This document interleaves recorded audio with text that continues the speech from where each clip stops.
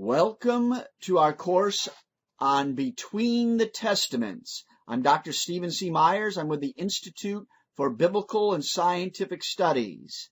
You can find more information at www.bibleandscience.com.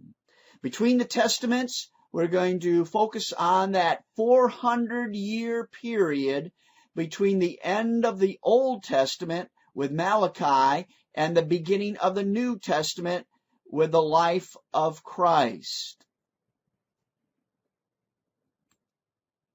These 400 years between the Old and the New Testament, we want to get an overview and introduction. We're going to look at the Persian Empire, then the Greek Empire that conquered the Persians, and then the Maccabees, also called the Hasmoneans. Then we have the Romans coming and conquering.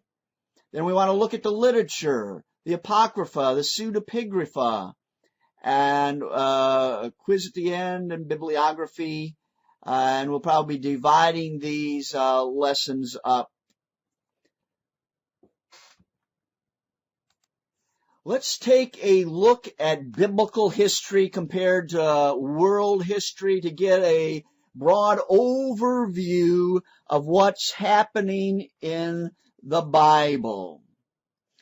We have around 2000 BC, Abraham. Around 1500, we have Moses.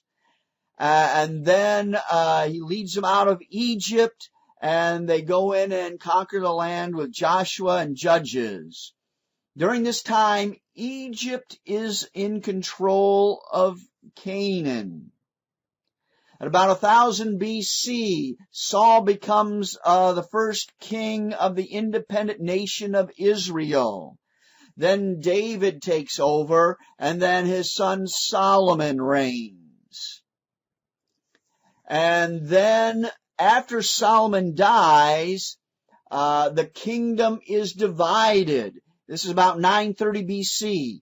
The northern tribes, 10 tribes, called Israel, and their capital at Samaria.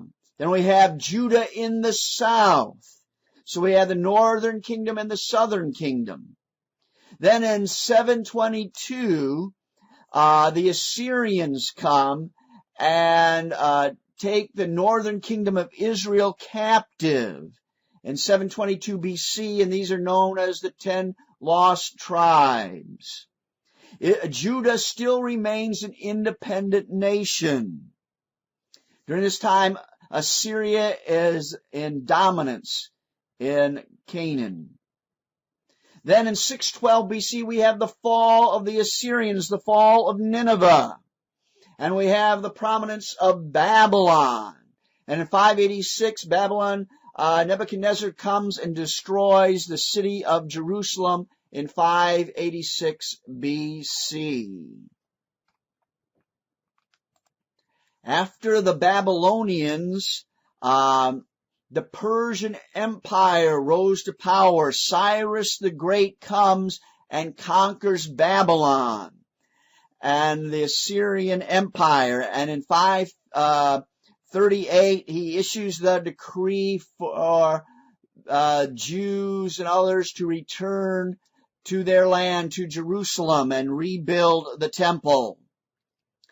During this time of the Persian Empire, we have the book of Esther, we have Ezra, and in 458 BC, and then Nehemiah comes in 445 BC, all during the time of the Persian Empire.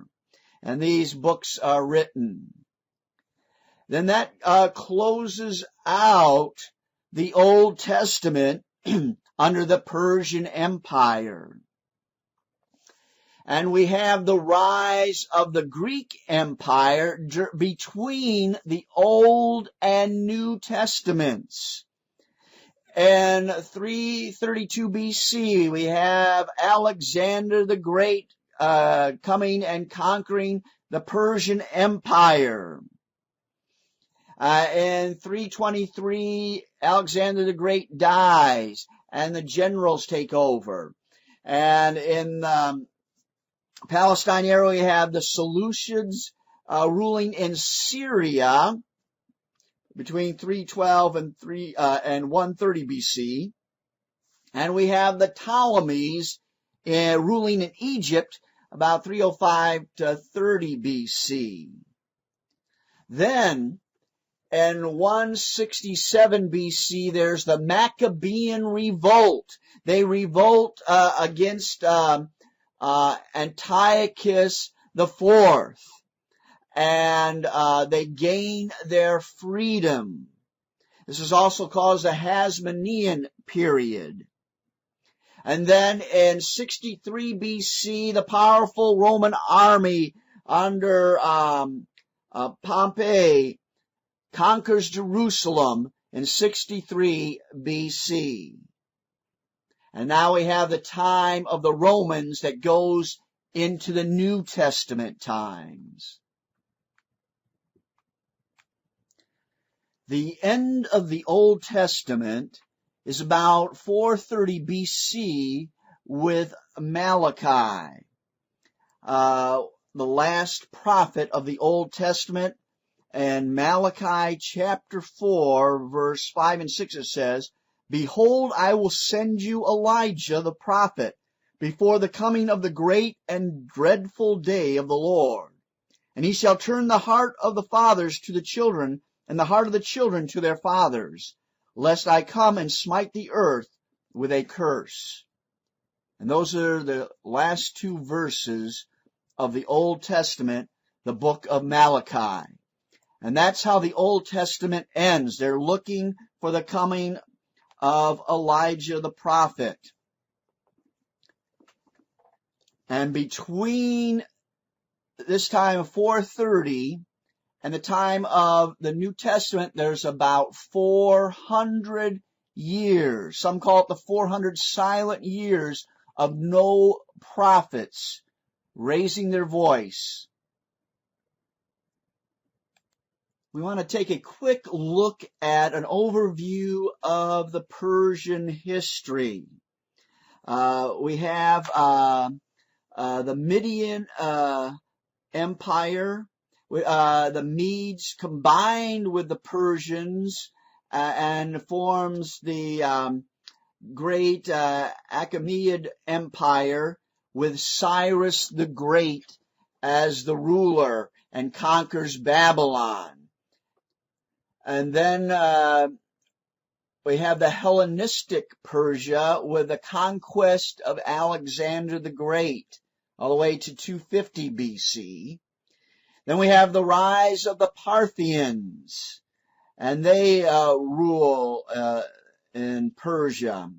And then we have the Sassanid Empire around 226 to 651 AD, till finally the Muslims conquer Persia and rule in Persia.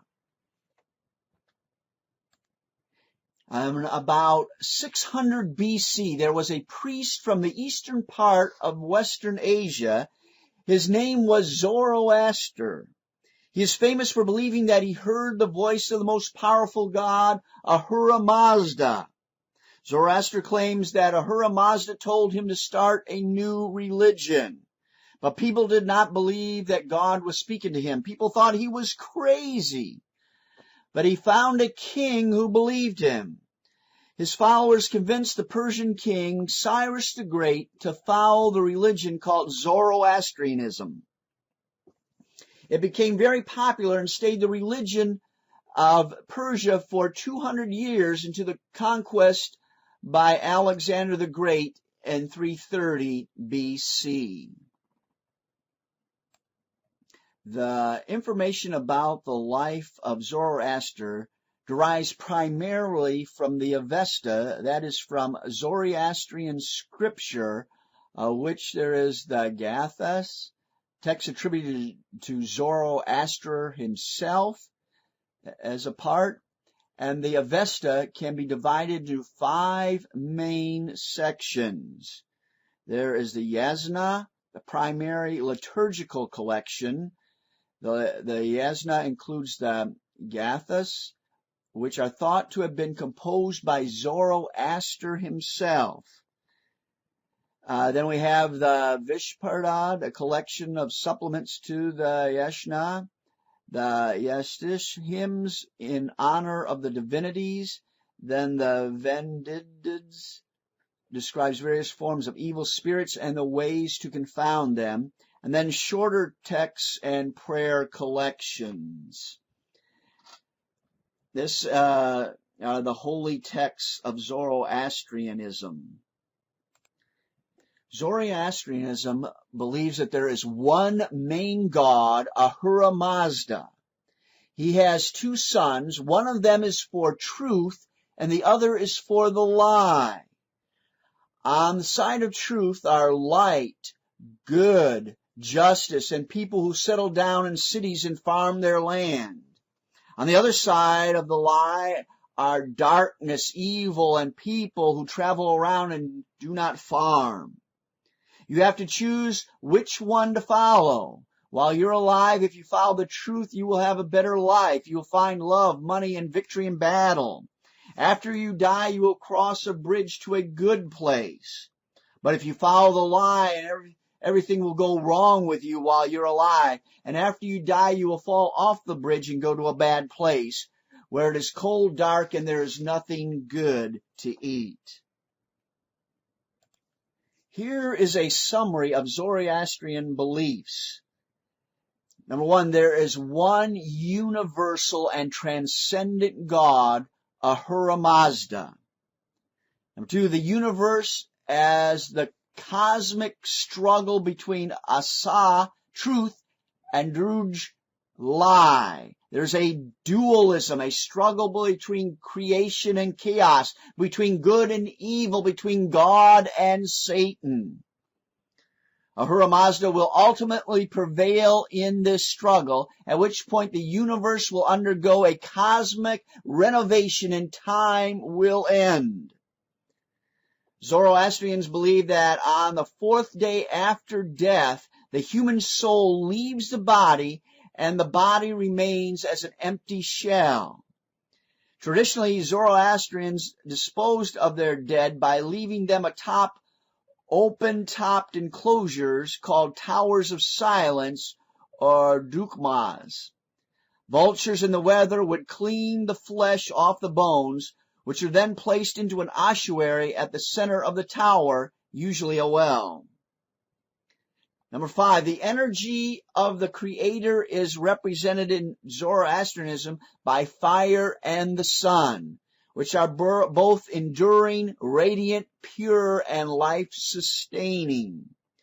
Zoroastrians usually pray in front of some form of fire or any source of light. Now, a number of these things help influence, scholars say, the book of Daniel and apocalyptic literature and the New Testament.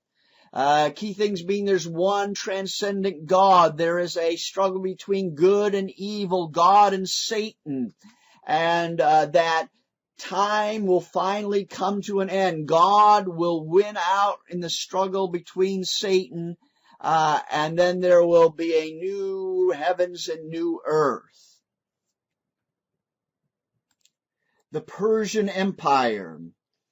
We have the Medes and Persians coming together with Cyrus the Great as the leader. And in 539, he conquers Babylon. And then in 538, he sends a decree out that lets the Jews and others return to their land. We have the famous Cyrus cylinder that is now in the British Museum that has this decree on it. After Cyrus the Great, we have Cambyses II, 525 to 522 BC. Herodotus tells in the stories about Cambyses II, his invasion of Egypt, in book number 3 of his histories. He relates a legend how Cambyses' army of about 50,000 was lost in the desert on the way to conquer Siwa Oasis. Now, just recently, archaeologists think they have found the lost Persian army in the desert. So we have Cyrus the Great, then we have Cambyses II, and then Darius the First rises to power at 521 to 486 BC. In the book of Daniel, may be referring to Darius the First as Gubaru, the governor of Babylon, or Cyrus' throne name in Babylon. Darius is referred to in Ezra chapter 4 through 6, Haggai chapter 2 verse 6 and 7, 21 to 22, and Zechariah 1 through 8. And in 1 Ezra, that says that Darius appointed Zerubbabel to restore Judah. And in 490 BC, Darius's army was defeated by the Greeks at Marathon. Then we have Xerxes, who comes to power 485 to 465 BC. This is the king who chose Esther as his queen. Susa was the winter capital of the Persian kings. There were three other capitals. There was a capital at Babylon, Persepolis, and Ecbatana. The banquet in Esther chapter 1 might be the assembly mentioned by Herodotus, book 7, chapter 8, bottom page 433.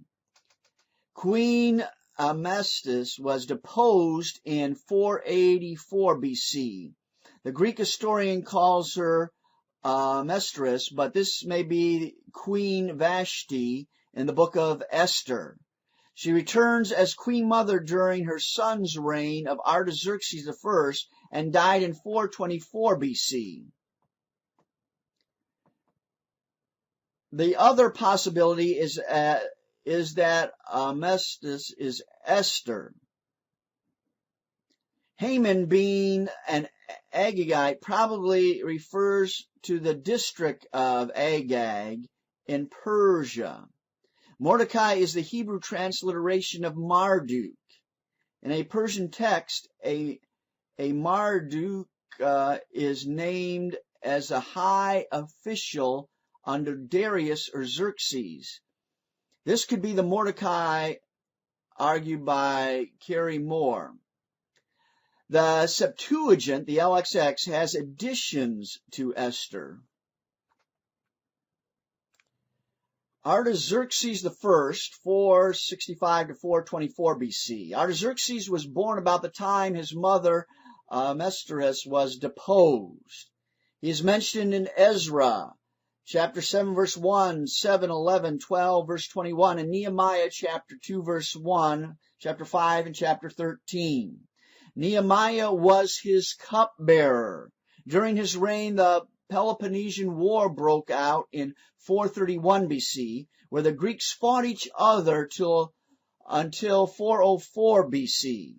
This is also the golden age of Athens, when Pericles, Sophocles, Socrates, Asclepius, and Pindarus lived.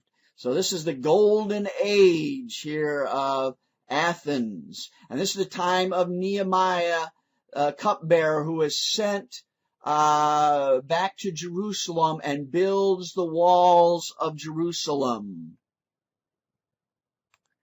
There was a key discovery of papyrus from Elephantine. During the 5th century BC, there was a Jewish military colony at Elephantine in Egypt. This is Upper Egypt. Many Aramaic texts have been found here describing this period. At Elephantine, the Jews built a temple to Yahweh with an altar to sacrifice to Elephantine. So they put up a temple here and offered up sacrifices to the Lord God. Now let's review. We have Cyrus the Great. We have Cambyses the Second. We have Darius the First. We have Xerxes and Artaxerxes the First. Then we have Darius the Second, 323 to 405 BC. Then we have Artaxerxes the Second, 405 to 359 BC. Artaxerxes the Third, Artaxerxes the Fourth.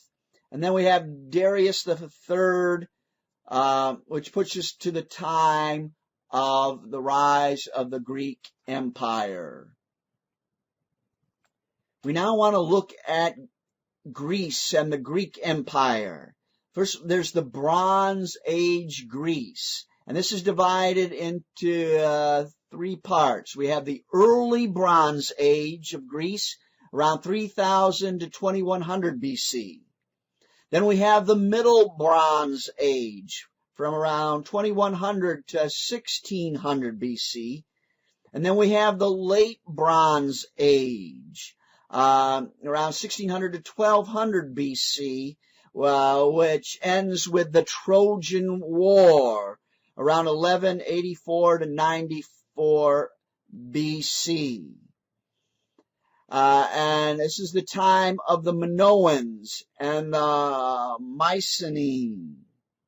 And here we have a picture of the ruins of Troy overlooking the plain to the sea. We have the Greek period.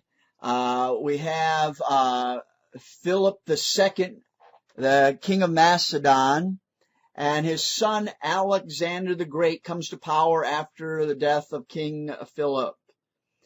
And Alexander the Great rules from 332 to 323 BC. He goes all the way and conquers all the way to India. After the death of Alexander the Great, his generals fought for control. By 275, the empire was divided up between three generals. Between the Ptolemies in the south, controlling Egypt, the Seleucids in the north, controlling Syria and Mesopotamia, which was the largest land group, and then we have the Antigonoids in the west, controlling Greece.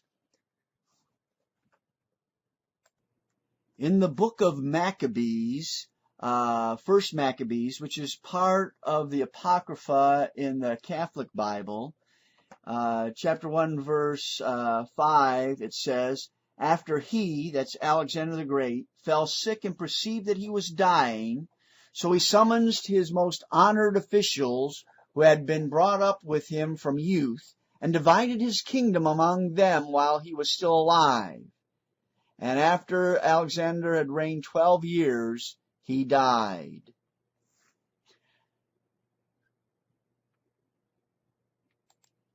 First Maccabees briefly mentions Alexander the Great's conquest. It goes on to portray the scene of his death and division of his kingdom. The Jews were protected and honored by Alexander the Great. With the death of Alexander the Great in 323 BC, Palestine was caught in the middle between the Ptolemaic dynasty in Egypt and the Seleucid dynasty in the north, each fighting for control over Palestine. It finally ended with the Maccabean Revolt that freed the Jews until the conquest by the Romans in 63 BC.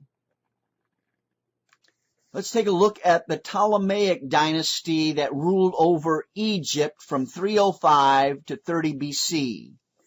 During this period, the Ptolemies would struggle with the Seleucid dynasty in Syria for control of Palestine.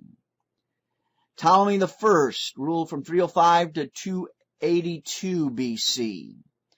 Then we have Ptolemy II, Philadelphus, from 285 to 247 BC.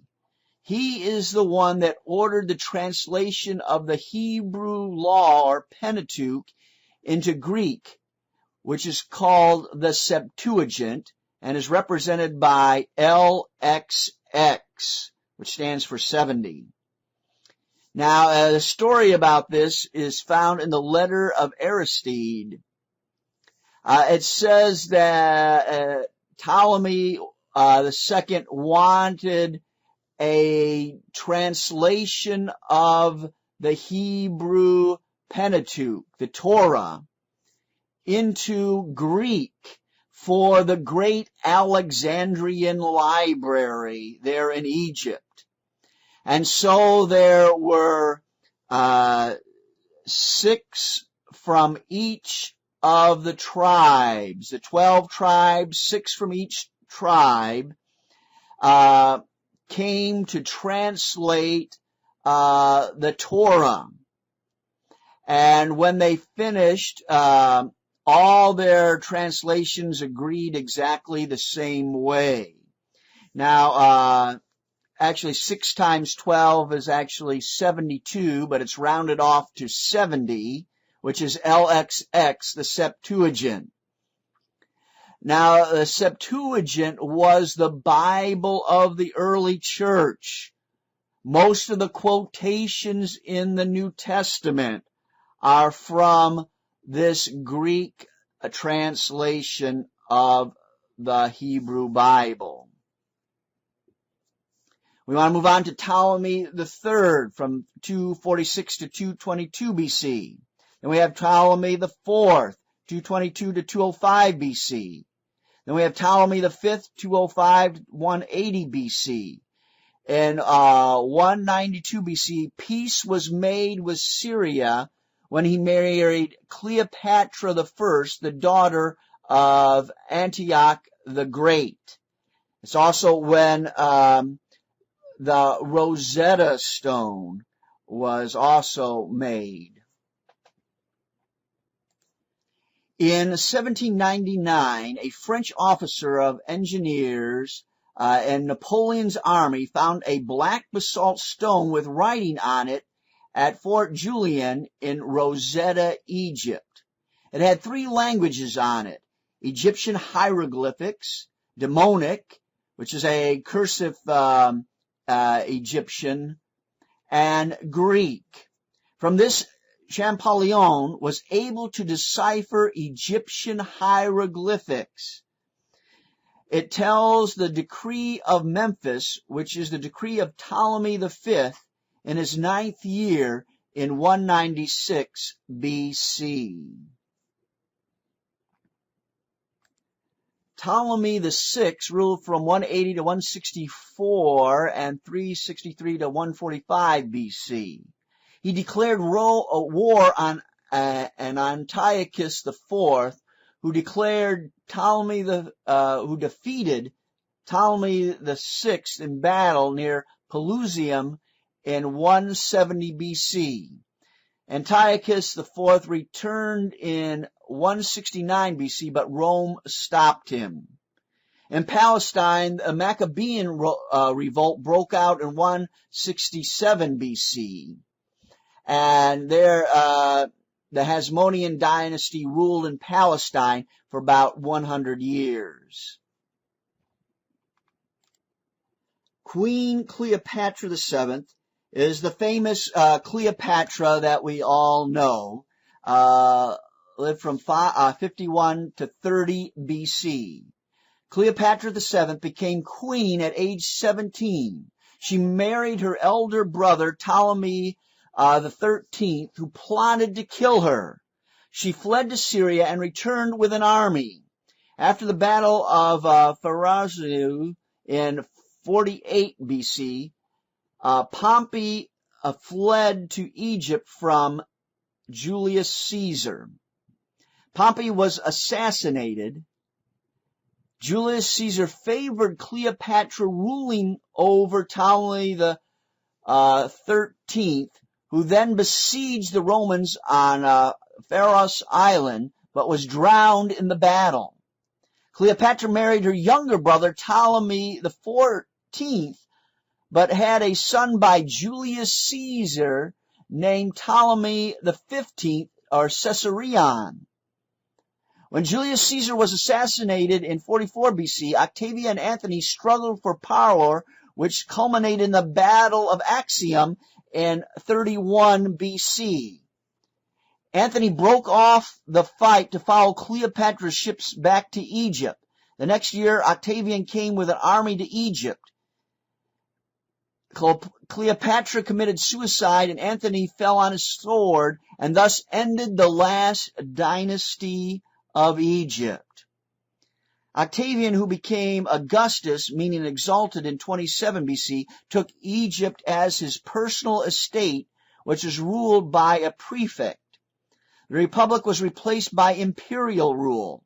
This was the Caesar under whom Jesus was born in Luke chapter 2, verse 1. Caesar Augustus brought an age of peace called Pax Romana, meaning Roman peace. This was the golden age of literature and architecture. We now want to look at the Seleucid dynasty of Syria in the north of Israel. Antiochus the Great, also Antiochus the First, reconquered Palestine in 198 BC. And then Antiochus Epiphanes, or Antiochus the Fourth, tried to exterminate the Jews. He defiled the temple in Jerusalem by offering a pig on the altar to Jupiter in 168 BC. He forbade the circumcision on penalty of death. Copies of the scripture were destroyed. This led to the Maccabean Revolt. We have a Judas Maccabees revolting and getting their freedom from Antiochus Epiphanes. Let's take a closer look at the Maccabean Revolt. A priest named Mattathias gathered a band of loyal Jews to revolt. He had 5 sons who took up leadership after he died in 66 BC. There was Judas, known as the Hammer, Jonathan, Simon, John, and Eleazar. Judas, with his military genius, reconquered Jerusalem in 165 BC and rededicated the temple. This is the origin of the Feast of Dedication, or Hanukkah. The temple was left unattended for 8 days, yet the oil in the lamps kept burning until Jerusalem was reconquered. Judas united the priestly and civil authority in himself and established the line of Hasmonean priest rulers who governed Judea for the next 100 years. Mattathias was a priest, and he was ordered to offer a pig on the altar, and he refused to do so. So another priest offered the pig, and Mattathias was so upset he killed him and then fled from Jerusalem.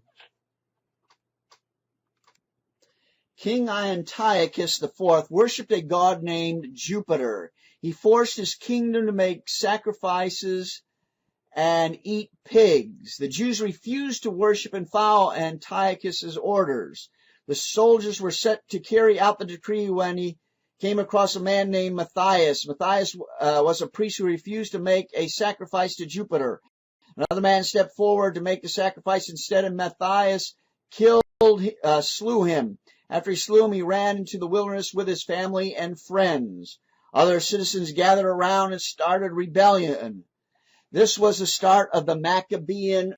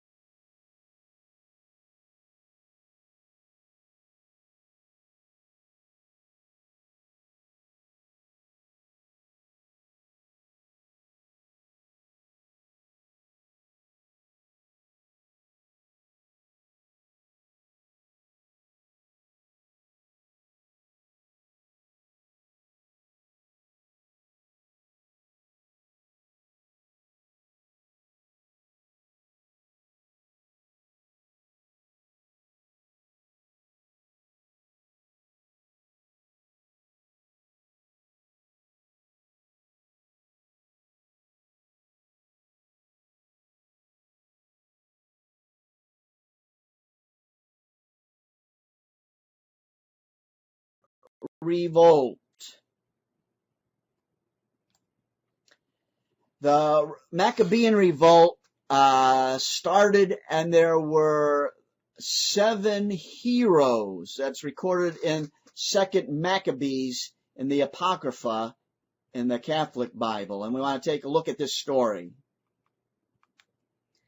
As Mattathias was still in hiding, the revolt kept going strong. Antiochus IV tried forcing his rebellion on the Jews, and there were many martyrs. Among some of the many martyrs were 7 brothers. They were brought to the king Antiochus and forced to eat pigs. The brothers declined and were hideously tortured. They even had to watch each other get tortured. The last son was put to the test, the most with various foods and riches, if he complied with the king's request. The mother of the son was made to tell her son to eat. The mother denied the king's order and told her son to stand strong. He was tortured. All the sons and mother died.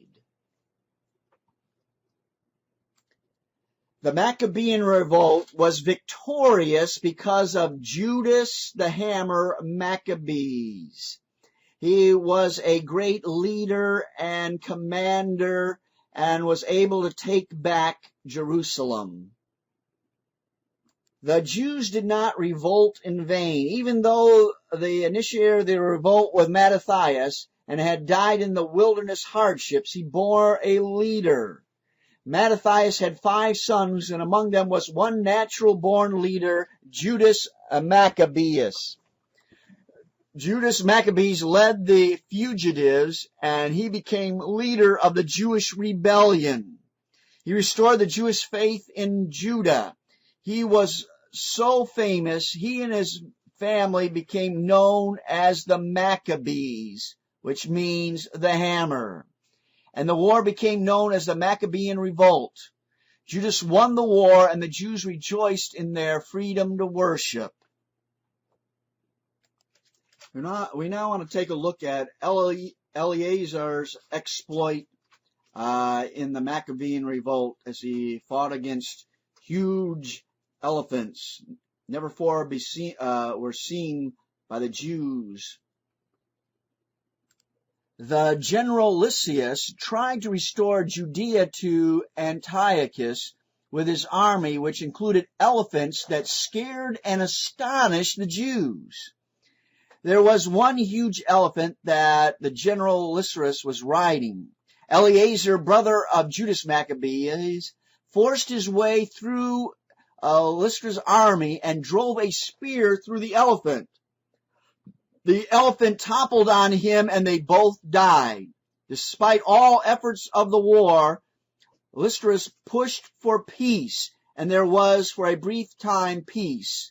The Maccabean book closes here. 1 Maccabees 14:47 tells of the triumph of the Maccabees over the Antiochus IV and the Seleucids. After 19 years of suffering, the last 2 Maccabean sons rose to conquer. By this time, Antiochus had died a horrible death that Jews considered bad karma for his past iniquities. There was a civil war over the Syrian throne. The Maccabees lended their hands to successful contestants and became and made princes of Judah. Jonathan, the older son, became the ruler and high priest of the land. He was later slain by the Syrian monarch who tried to gain power and put him to death. Simon, the youngest son, assumed the throne to guide his people. He fought off the Assyrians at every point. He was made high priest and ruler. His life ultimately ended in tragedy, but his descendants kept a sovereignty in Judea for almost 100 years until Rome came, Pompey in 63 AD, and conquered Jerusalem. In 2 Maccabees 3:29, it tells us of the vision of Heliodorus. Heliodorus was taking money from the temple treasures and giving it to the Syrians. So in 2 Maccabees 3:29, it states that God sent Heliodorus an apparition. He was sent an apparition because he was demanding holy money be handed over to the Assyrians. God came down and smote him and caused Heliodorus' followers to faint. After the apparition, Heliodorus did not touch the temple treasures again. Another name for the Maccabees is the Hasmoneans. The Maccabean leaders, Mattathias the priest, who started it all in 167 BC, fled and died in the wilderness in 66 BC. Then we have Judas the hammer, with his great military skill, winning back Jerusalem, 166 to 161 BC. Then we have another brother, Jonathan, ruling. And then we have Simon. We have John Hyrcanus in 135, the son of Jonathan. And then in 63 BC, Pompey conquered Jerusalem and ended Jewish independence. We looked at the Persians, we looked at the Greeks, now we want to look at the Romans, Roman history. Before the rise of Rome, we had the Stone Age to about 3000 BC. We then had the Bronze Age from 3000 to 1000 BC. Then we had the Etruscans from about 1000 to 500 BC. The Roman Republic. The early period is about 500 BC to 300 BC. And then we have the Punic Wars, about 275 to 146 BC. And this is Rome's battle with Carthage, two great cities, the city of Rome and the city of Carthage on the African coast. And the famous general of Carthage was Hannibal. And he led his army across the Alps with elephants and came down to try to conquer Rome, but stopped short. So these were tremendous battles back and forth between Rome and Carthage. Then we had civil wars, 146 to 330 BC. Pompey and Julius Caesar emerged triumphant. The Roman Empire. We have a number of family lines here. We have the Julio-Claudia line from 30 BC to 68 AD. And it's during this family reign that we have most of the New Testament occurring. The birth of Jesus under Augustus Caesar, his ministry under Tiberius Caesar, and then finally death of Paul and Peter under Nero. Then we have the Flavians, starting with Vespasian and then Titus. We have the 5 good emperors, 96 AD. And then we have the Severians in 161. Then we have the 3rd century crisis. Then we have Constantine and his family in 312 and converts to Christianity. Now it comes a Christian empire. And then we have the Theodosians. And then we have the fall of Rome in 476 AD. Pompey conquered Jerusalem in 63 BC and put an end to the Hasmonean rule. Antipater was appointed ruler of Judea. He was succeeded by his son Herod the Great, who was king of Judea from 337 to 4 BC. To gain favor with the Jews, Herod the Great rebuilt the temple with great splendor. Julius Caesar ruled from about 49 to 44 BC. Queen Cleopatra the 7th, the great Cleopatra that we know about, reigned from 51 to 30 BC. She became queen at age 17. She married her elder brother Ptolemy the 13th, who plotted to kill her. She fled to Syria and returned with an army. After the Battle of Pharsalus in 48 BC, Pompey fled to Egypt from Julius Caesar. Pompey was assassinated. Julius Caesar favored Cleopatra ruling over Ptolemy the 13th, who then besieged the Romans on Pharos Island, but was drowned in battle. Cleopatra married her younger brother then, Ptolemy the 15th, but had a son by Julius Caesar named Ptolemy the 15th, or Caesarion. And the Romans disapproved of this. They were afraid that Cleopatra would be made queen over all of Rome.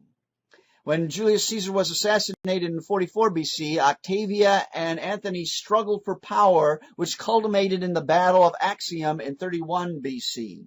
Antony broke off from the fight to follow Cleopatra's ships to Egypt. The next year, Octavia came with his army to Egypt in 30 BC. Cleopatra committed suicide and Antony fell on his sword, and thus ended the last dynasty of Egypt. Augustus Caesar, 331 BC to 14 AD. Octavian, who became Augustus, meaning exalted, in 27 BC, took Egypt as his personal estate, which was ruled by a prefect. The republic was replaced by an imperial rule. This was the Caesar under whom Jesus was born, Luke chapter 2, verse 1. Caesar Augustus brought an age of peace called Pax Romana, meaning Roman peace. This was the golden age of literature and architecture. It is under Augustus Caesar that Jesus was born. Luke 2 verse 1 says, "And it came to pass in those days that there went out a decree from Caesar Augustus that all the world should be taxed." And this taxing was first made when Cyrenius was governor of Syria. The problem is that Cyrenius Quintilius was governor from 6 to 9 AD. This census is referred to in Acts chapter 5, verse 37, which says, "After him, Judas the Galilean appeared in the days of the census and led a band of people in revolt. He too was killed, and all his followers were scattered. Josephus called him a man from Gamala in Galantis, who refused to give any tribute to Caesar. His revolt was put down, but his cause was probably continued on by the zealots." One of Jesus' disciples, Simon, was called a zealot. Tiberius Caesar ruled from 14 to 37 AD. Jesus' ministry takes place under Tiberius Caesar. When Jesus said, "Render unto Caesar the things that are Caesar," he was referring to Tiberius. Pilate is appointed, and Jesus is crucified under Tiberius Caesar. Caligula Gaius Caesar ruled from 37 to 41 AD. He became a madman and was assassinated by his own bodyguard. Then came Claudius Caesar from 41 to 54 AD. During Claudius's reign, there was a great famine. Money was collected and sent to the Jews in Judea by Barnabas and Paul, Acts chapter 11. Nero Caesar reigned from 54 to 68 AD. Nero Caesar was the first emperor to persecute Christians. He blamed the Christians for the burning of Rome and used them to light his gardens at night. Christians were covered with tar and pitch and then set on fire. The Apostle Paul was beheaded in Rome, and Peter is said to be crucified upside down there. The beast of Revelation probably refers to Nero and his supposed return. The mark of the beast, 666 in Revelation 13:18, is probably the best known Bible code. This is called gematria, meaning manipulation with numbers. In both Hebrew and Greek, as well as in other languages, letters of the alphabet were used as numbers. So names had certain numerical values. Nero Caesar, transliterated into Hebrew from the Greek, Neron Caesar, adds up to exactly 66 in Hebrew. The Nun 50, Resh 200, the Vav 6, the Nun 50, plus the Kaf 100, Samach 60, Resh 200, which totals 666. This spelling of Nero Caesar was found in the discovery of an Aramaic document in the Wadi Mubarak, and the Latin form of Nero Caesar, when translated into Hebrew, adds up to 616. This almost likely explains the textual variant in Revelation 13:18 with the number 616. It should also be noted that the Greek word for beast, when transliterated back into Hebrew, adds up to 666. Ancient writers referred to Nero as the beast.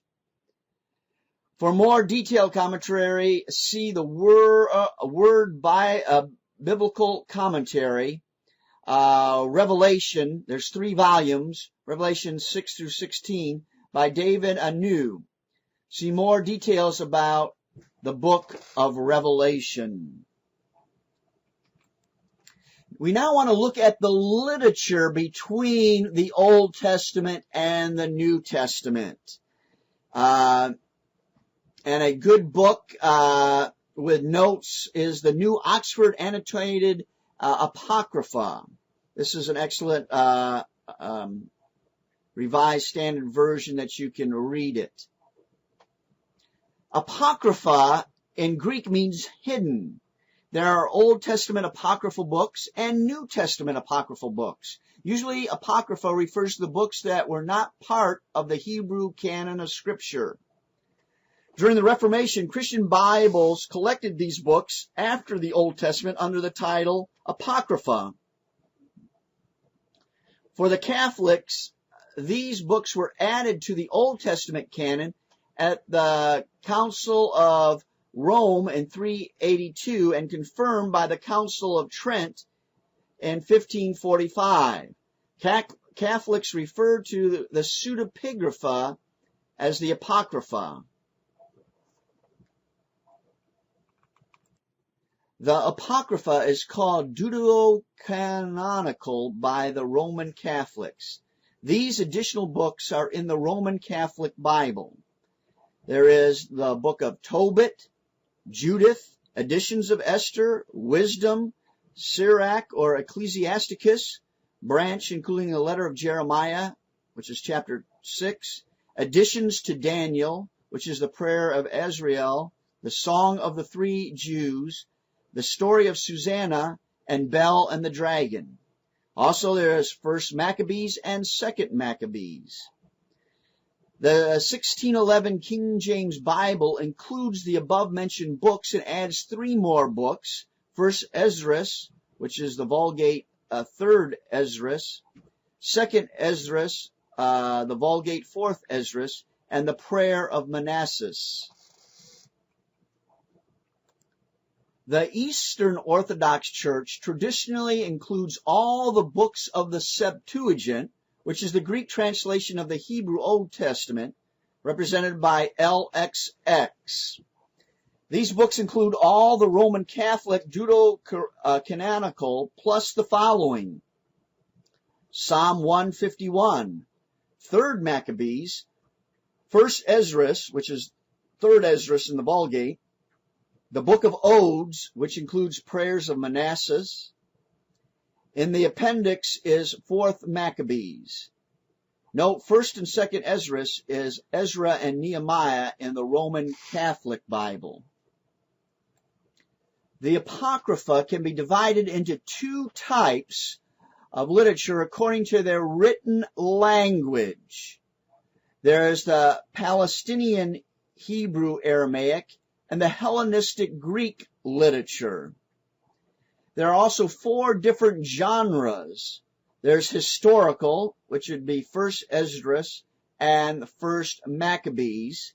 Then there's legendary, branch, Judith, and additions to Daniel and Esther, Second Maccabees, and the Prayer of Manasseh. Then there's apocalyptic literature, Second Esdras.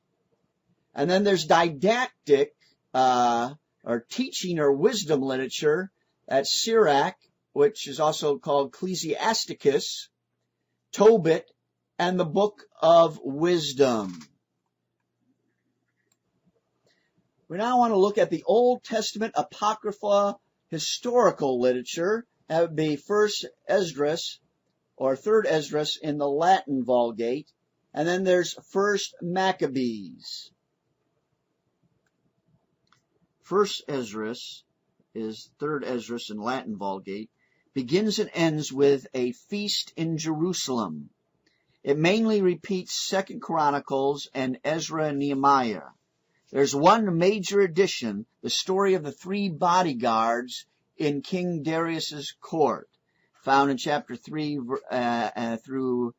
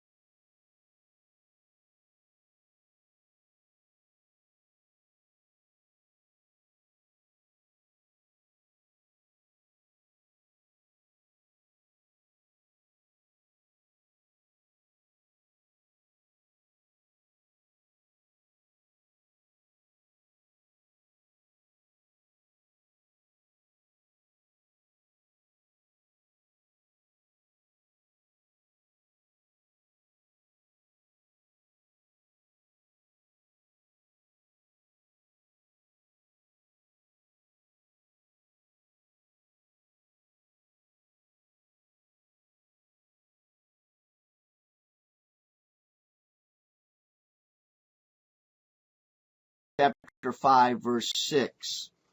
The bodyguards say, what is the one strongest thing?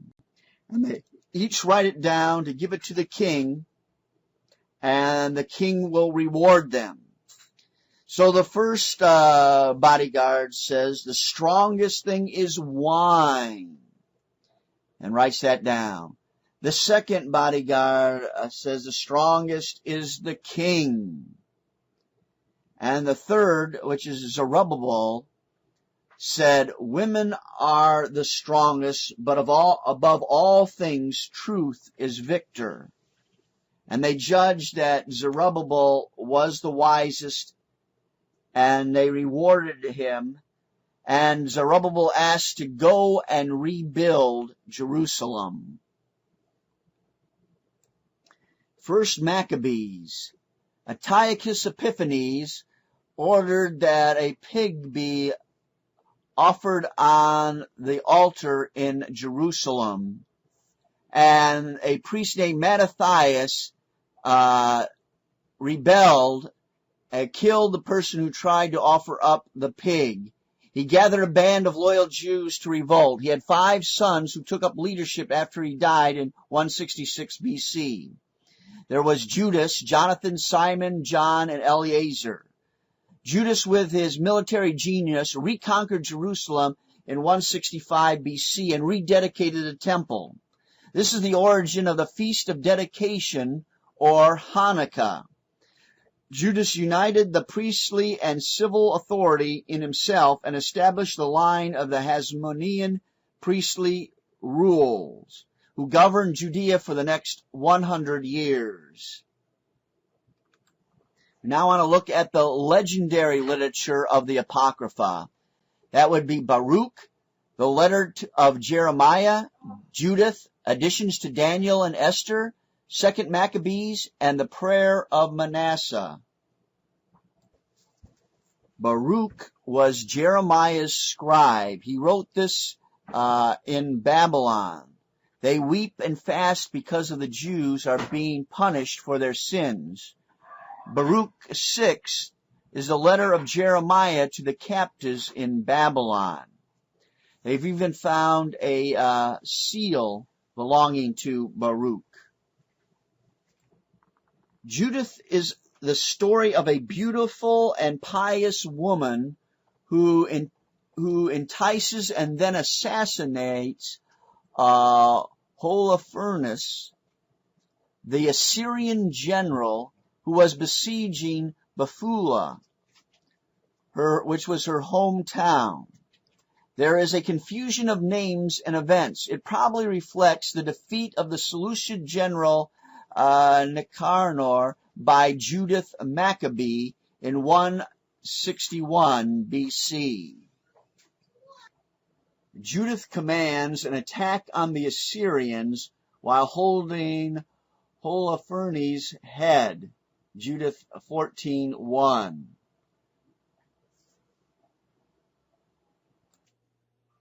Judith displays the head of Holofernes to the countrymen and makes a speech in which she depicted what she had done.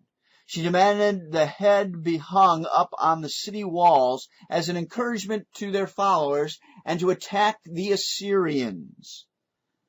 The council accepted her plan and they waited on command. Panic swept through the land when Assyrians discovered their general dead and they fled. The Israelites gathered and slaughtered them while Judith led her people singing praises. In the Apocrypha, there are 6 additions to the book of Esther. There's Mordecai's dream and his discovery of the plot against the king. There's Haman's decree to destroy the Jews. There's the prayer of Mordecai and Esther. There's Esther before the king.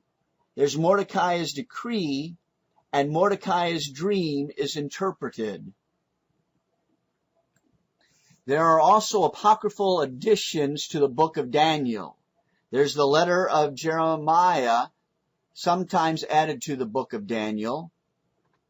There's the prayer of Azariah. There's the Song of the Three Children. There's Susanna and Bel and the Dragon. One of the apocryphal additions to the book of Daniel was Bel and the Dragon. And this is a story where Daniel traps the priests. The Babylonian priests of Bel worshipped their god Bel. Bel was a huge Babylonian brass idol. Daniel decided to challenge the priest god and even staked his life on the wager.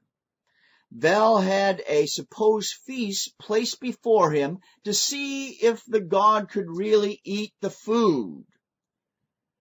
But the priest would sneak in and dispose of the food to make it look like the idol had eaten it. They knew the temple door was sealed, but they had other secret ways of getting inside the temple to take the food away to make it look like the god had eaten. Daniel, however, lined the floor with ashes unbeknownst to the priest. The next day, they opened the sealed temple doors, and their footprints were seen throughout the floor, and the king saw this and had the idol Bel destroyed. In Bel and the Dragon, verse 37, Habakkuk is brought to Daniel while he was in the lion's den. Daniel is banished to the lion's den because King Cyrus destroyed his people's gods under Daniel's influence. Both Daniel and the lions are starved, and the angel of the Lord took Habakkuk in Judea by the hair with a pot of stew to Daniel in Babylon. Daniel was released, and his enemies were devoured by the lions. In the apocryphal book of Susanna, in addition to Daniel, Daniel defends Susanna, verse 51. Susanna, a young, beautiful wife, is condemned to death by the wicked elders. The two elders accuse her of adultery. She denied it, but was still sentenced to death. Daniel cried out that she was innocent, and after questioning her accusers, Susanna was released. This is the first detective story. We now come to the prayer of Manassas. The prayer of Manassas is in the appendix of the Vulgate, not in the Roman Catholic canon. It is also in the King James Bible, 1611, in the Apocrypha. King Manasseh was an evil king embedded in idolatry and sin. He was sent to the dungeon in solitude where he prayed and repented to God for forgiveness. The prayer ascribed to him reveals the wonder and terror of God. Manasseh confesses his sin and suggests his punishment is well deserved. He announces his repentance, hoping not to be punished forever. He was released and proved to be devoted to God and having an earnest reform. Second Maccabees covers the same period as First Maccabees, but in a condensed account by Jason of Cyrene. It is not as historically accurate as First Maccabees, which covers the story of the Maccabean Revolt. We now want to look at Old Testament apocalyptic literature. We have Second Esdras, which is Fourth Esdras in the Latin Vulgate.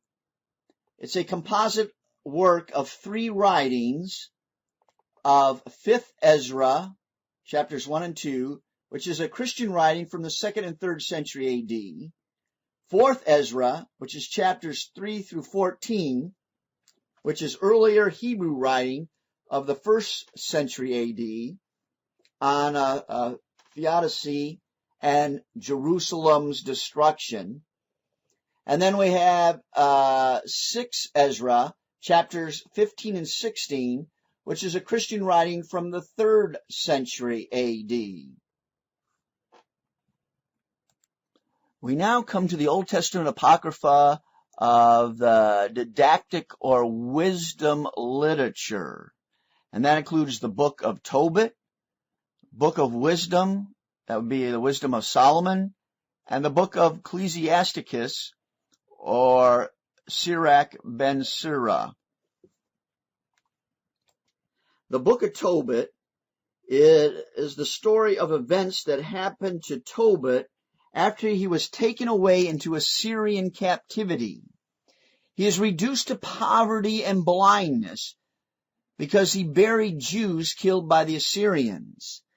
The angel Raphael is sent to help defeat the demons and heal Tobit. The wisdom of Solomon. Although the writer claims to be King Solomon, scholars view the book as a literary fiction probably written by a Hellenistic Jew in Alexandria about the 1st century BC or AD. The book of Solomon has 3 major sections. Chapters 1 through 6 contrast the just and the wicked. Chapters 7 through 10 is the celebration of divine wisdom. And chapters 11 through 19, a comparison of the history with the Exodus. The wisdom of Jesus, son of Sirach, or Ben Sirach, or it's also called Ecclesiasticus. Ben Sirach was a scribe who invites students to his school. The book of Ecclesiasticus has 3 major teaching sections. Chapters 1 through 23 begins with poem praising wisdom. Chapters 24 through 42 begins with another poem praising wisdom. And then chapters 42 to 50 are hymns of praise. We just covered all of the 15 books or editions of the Apocrypha to the Old Testament. And the Apocrypha is added to the Old Testament by the Roman Catholic Church. It is not in the Hebrew Bible or the Protestant Bible. We now come to the Pseudepigrapha, which is different from the Apocrypha. Pseudepigrapha is the transliteration of the Greek plural noun that means with false superscription. This refers to a collection of some 65 writings that are falsely attributed to an important Bible, usually Old Testament character. Most of the Pseudepigrapha writings were written between 200 BC and 200 AD by Jews or Christians. The best reference for the Pseudepigrapha with notes and translation is the book, The Old Testament Pseudepigrapha, edited by James H. Charlesworth and published by Doubleday. There's volume 1, published in 1983, and then there's volume 2, published in 1985, and these are thick volumes. The Old Testament Pseudepigrapha can be divided into 5 genres. There is the apocalyptic literature, the testaments, expansions of the Old Testament, wisdom literature, and then psalms, prayers, or odes. Let's look at the Pseudepigrapha apocalyptic literature. That has to do with the end times. We have Enoch, or the Book of Enoch. The Book of Enoch contains vivid description of Enoch's journey through the universe. There are 10 heavens that one must pass through to where God dwells. He also tours earth and Sheol or hell. Fragments of First Enoch have been found among even the Dead Sea Scrolls. There's also Enoch in the Slavic and Hebrew and Ethiopic.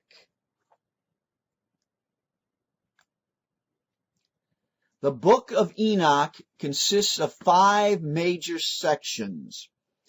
There's the book of the Watchers. This is chapters 1 through 36.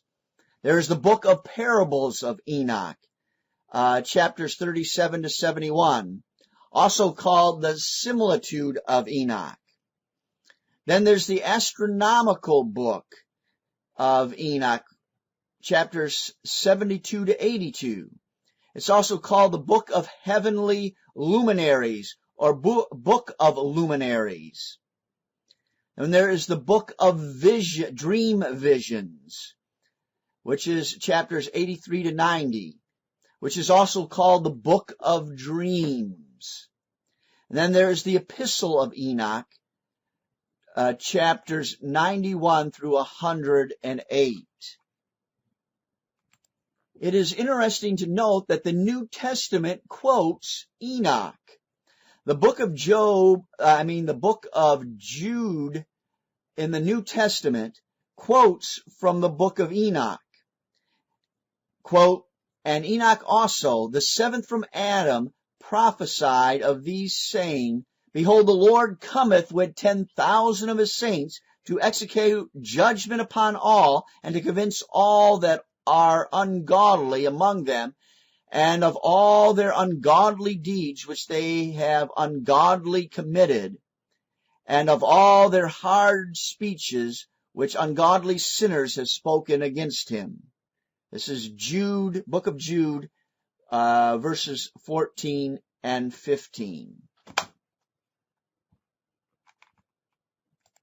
The book of Enoch was very well read, and even allusions to the book of Enoch can be found in the book of First Peter and the book of Jude.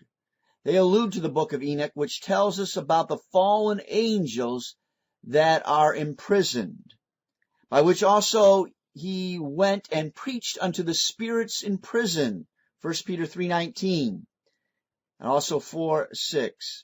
And the angels which kept not their first estate, but left their own habitation, he hath reserved in everlasting chains under darkness unto judgment of the great day, Jude verse 6. So book of Enoch was very popular back then. Here's some more apocalyptic literature. We have Baruch, an apocryphal book. We have Baruch, this Syriac version of it, and Baruch, the Greek apocalypse of Baruch. And then we have a third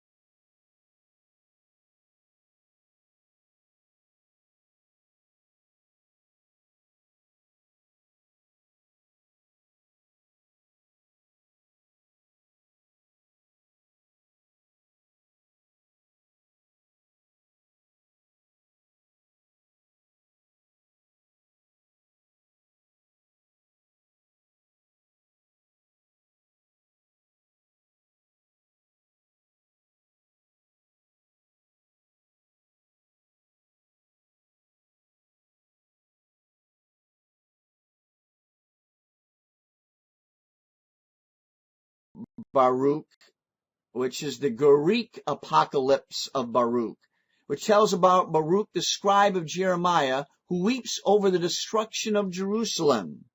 God sends an angel to comfort and guide him through the heavens. 5 heavens are graphically described, but there were probably a total of 7 heavens because the work is incomplete. And Origen states that Baruch refers to 7 heavens. Then we come to the Sibylline oracles. The Sibylline oracles predict future woes and calamities that will happen on the earth.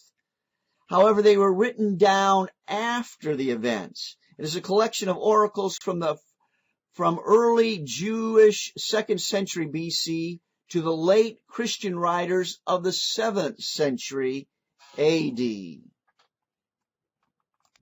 Another apocalyptic book is 4th Ezra. There's also the Greek Apocalypse of Ezra, the Vision of Ezra, Questions of Ezra, the Revelation of Ezra. There's the Treatise of Shem, the Apocryphon of Ezekiel, the Apocalypse of Abraham, the Apocalypse of Adam, the Apocalypse of Daniel, the Apocalypse of Elijah, and the Apocalypse of Zephaniah. There are also expansions of the Old Testament. One example is the letter of Aristide. The oldest and most important translation of the Hebrew Old Testament is the Septuagint. It translated the Hebrew into Greek in the 3rd century BC in Alexandria, Egypt. The letter of Aristide tells the story of how the Egyptian king Ptolemy II ordered his librarian Demetrius to collect all the books of the world. Demetrius thought there should be a Greek translation of the Torah, so 72 Jews, 6 from each tribe, are sent to translate the Torah into Greek, which they did in 72 days. And they all agreed exactly the same. Another Old Testament expansion is the Book of Jubilees. The Book of Jubilees is the supposed account of events from creation to Moses. Chapter 2 tells of the 6 days creation of the world. Events are dated according to their Jubilee year. The book defends the 364-day calendar year, which assures that festivals fall on the same day of the year. The Qumran community, the Dead Sea Scrolls, also used the 364-day calendar. The date of this book is about 100 BC. We then have also the martyrdom and ascension of Isaiah, which is referred to in Hebrews 11:37, because Isaiah was sawed asunder, cut in half. Then we also have the life of Adam and Eve, the ladder of Jacob, Joseph and Anasna, and the history of Joseph. Some more Old Testament expansions are Jannes and Jambres, the 2 magicians that confronted Moses. See 2 Timothy 3:8. Then we have a history of the Rechabites, Eldad and Modad. 4 Baruch, Lives of the Prophets, and Pseudo-Philo. All expansions of the Old Testament. We now come to the Pseudepigrapha Testaments. That's the last will and testament of the different Old Testament prominent people. And we have the Testament of the 12 Patriarchs, the 12 tribes of Israel. We have the Testament of Adam, the Testament of Job, Abraham, Isaac, Jacob, Moses, and Solomon. All the last words of these famous people. We now come to Pseudepigrapha wisdom literature. We have Aquar, an Assyrian writing from about 600 BC. This writing is important for understanding early Jewish thought. Then we have 3rd Maccabees, about the persecution of Egyptian Jews under Ptolemy IV Philopator. Then we have 4th Maccabees, telling about Jewish martyrs. And then we have sentences of Syriac meander. We now want to look at the Jewish writings, some that started in between the Old Testament and the New Testament and then continues on. We have the Talmud. The Talmud is a group of Hebrew laws that consists of canonical and civil laws. Its literal translation is teaching. It contains oral traditions called Mishnah that was deduced from the law of Moses, or some say it was the oral laws that weren't written down. The Gemara is commentary on the legal traditions and was written in the Aramaic language. There are 2 Talmuds, the Babylonian Talmud composed in Babylon and the Palestinian Talmud composed in Palestine. So we have the Talmud that has the oral laws and commentaries on that. The Mishnah is the oral laws supposedly that were given to Moses on Mount Sinai. And then you have Aramaic commentary on these laws. That's all in the Talmud. We now come to Midrash. Another closely related writing to the Talmud is the Midrash. Midrash is the earliest synagogue sermons in both Hebrew and Aramaic scripts explaining the Old Testament. One famous Midrash is the Genesis Rabbah, a commentary by different rabbis on Genesis. It is the first systematic and complete Jewish commentary on the book of Genesis. The Targums are the translation of the Old Testament into Aramaic. Aramaic was the common language of the Jews in Palestine after the exile. Jesus probably spoke Aramaic. There are 2 major Targums or translations. The Targum of Onkelos, a translation of the Pentateuch, and the Targum of Jonathan, which is a translation of the prophets. These are the 2 key major. Okay, it's time for a quiz.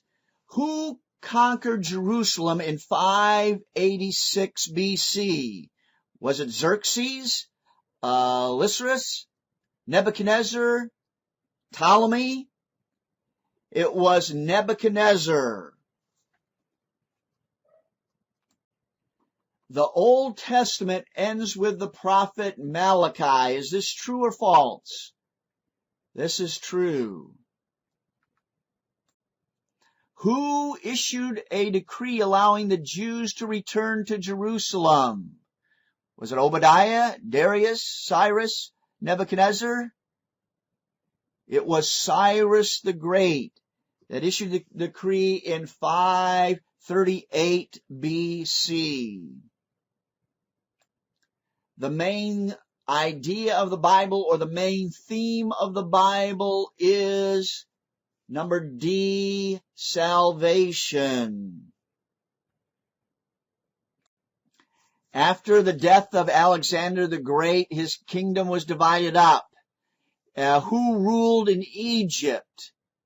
Well, it was the Ptolemies that ruled in Egypt. And in Syria in the north, we have the Seleucids ruling Syria. True or false? Mattathias started the Maccabean Revolt. That is true. He was the priest and He killed the man that was going to offer a pig on the altar. Another true or false. Apocrypha means forthcoming future. No, this is false. Apocrypha means hidden. Which was not a Roman age. We have the Bronze Age, we have the Stone Age, but not the Golden Age in archaeology. Who was the great leader of the Maccabean Revolt? We have Mattathias, the priest who started the revolt, but it was Judas Maccabees who was the great leader and general who won the battle for them. The Maccabean period was during 167 to 63 BC.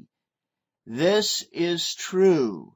We have the revolt in 167 BC, and then in 63 BC we have Pompey coming, the Romans, and destroying Jerusalem and taking over.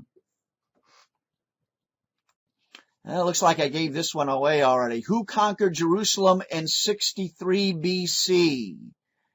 It was Pompey of the Romans. Who conquered in 586 BC? Nebuchadnezzar. Who conquered in 70 AD? Vespasian or Titus. What means with false superscription? Maccabee, Mattathias, I don't know what that word is, and Pseudepigrapha. The answer is Pseudepigrapha. Pseudo meaning false, and graphe meaning writings, false writings. People wrote back then, they wanted people to read it, so they said that some famous hero of the Bible wrote it, like Adam wrote this or Moses wrote this. So they would put somebody else's name, somebody famous who wrote this, so you would more likely read it. We want to match the people with their actions. Who wrote the Book of Watchers? This would be Enoch, the Book of Enoch. Who took a trip to heal their father? That was Tobias or Tobith. Then we have who killed a general to save the city. That would be Judith. We want to take a quick look at some of the books that can help you out. Unger's Bible Handbook by Merle Unger. That can be very helpful. They also have Haley's Bible Handbook, which they've updated. A Bible dictionary can be very helpful. Then we have the New Oxford Annotated Apocrypha, the Old Testament Pseudepigrapha. So if you're interested in these writings, you can look these up here. You can also go online, and you should be able to find these and read them also online. We have the Bible and the Dead Sea Scrolls, 3 volumes by James Charlesworth. We have the Dead Sea Scrolls in the New Testament by George Brooke. We have the Dead Sea Scroll Bible by Albeg, Flint, and Ulrich that has all the Bible passages in 1 volume. Then we have the Complete Dead Sea Scrolls in English by Gerza Verims. And this is also, you can get this on Kindle and online as well. Congratulations, you've just finished the course Between the Testaments learning module. I'm Dr. Stephen Myers. I'm with the Institute for Biblical and Scientific Studies. You can find more information online at www.bibleandscience.com. We have many more courses, and you can also see these on